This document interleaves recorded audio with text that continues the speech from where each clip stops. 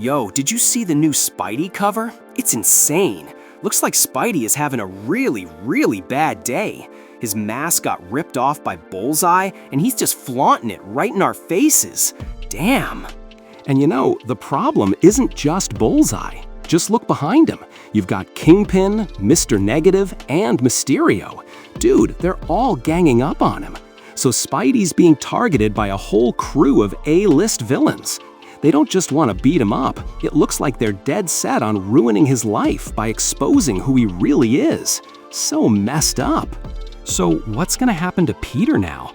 I mean, his face is just out there. Is he gonna retire or just go berserk?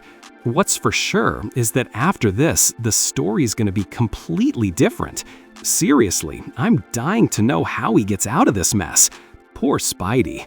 Push like first before going to the video. Let's start. September in New York. James Wesley, the Kingpin's right-hand man, arrives for a meeting. But behind that professional exterior, he's hiding a lot of secrets.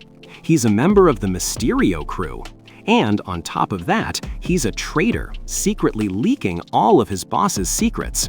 Talk about complicated. Flanked by the fanatical followers of Bullseye, dudes so loyal they literally plucked out their own eyes.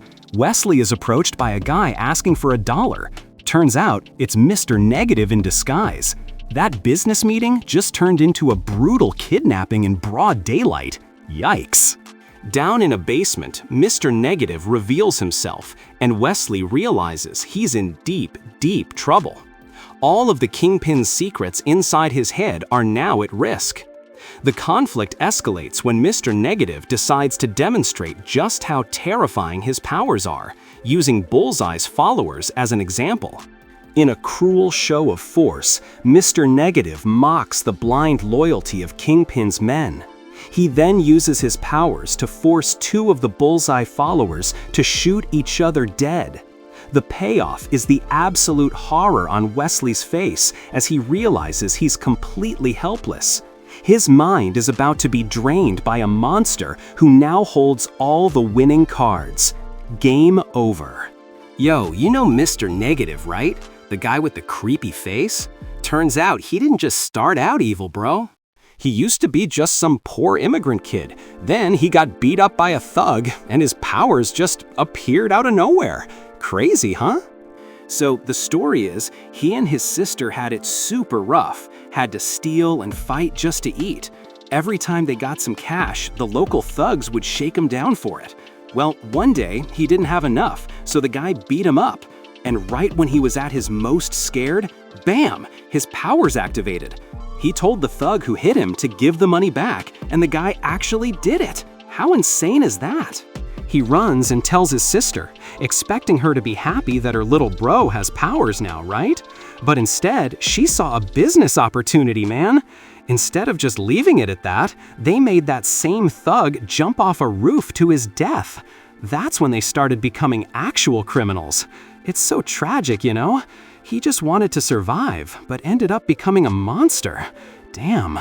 Hey, you think the villains are the only ones making moves? Wrong, bro. Elsewhere, Uncle Ben and J. Jonah Jameson are cooking up something big too. So they've gathered a mountain of evidence on the Sinister Six, the Maker, and all that. But the problem is, it's all super weird stuff. We're talking about two universes, all kinds of crazy things, you know? Now, they're totally stumped. If they just dump all this evidence on the public, everyone will think they're insane, right? Nobody would believe a story like that. Finally, they figure out a plan. Let's start with something simple, they say. Find a single thread the public can actually follow. And you know who the first target for that thread is? The bald guy, Kingpin. The plan is to expose all of Kingpin's dirty dealings first to get the public's attention and trust. If that works, then they'll start dropping the crazier stories one by one. It's a smart idea, but still, poking the Kingpin is just asking for trouble, man. Hey, on the other side of town, we've got some domestic drama, bro. Harry Osborn is secretly venting to Otto Octavius in his secret lab.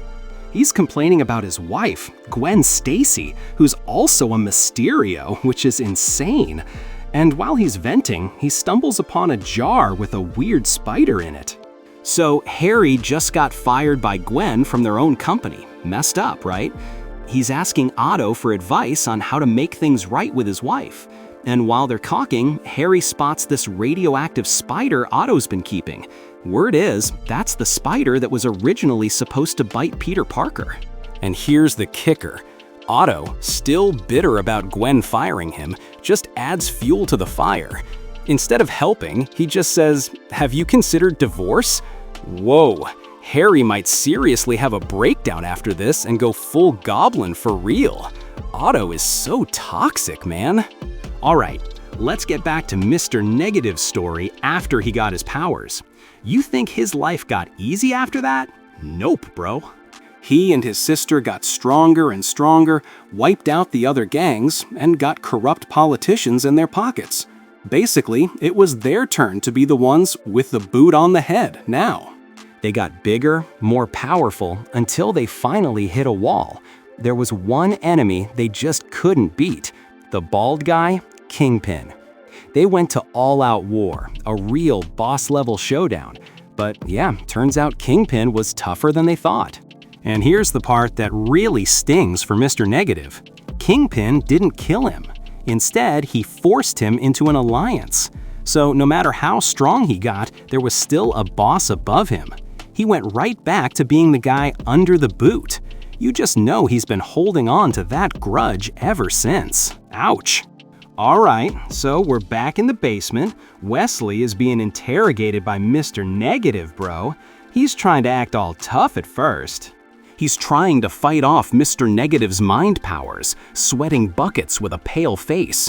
But you know how it is. You can't hold out against a monster like that for long. Mr. Negative is just patient, man. He just talks to him, slowly poisoning Wesley's mind. He keeps digging and digging, and finally, his defenses just crumble. Wesley admits he works for the Kingpin, and then, get this, he's also secretly a member of the Mysterio crew. A double agent! How wild is that?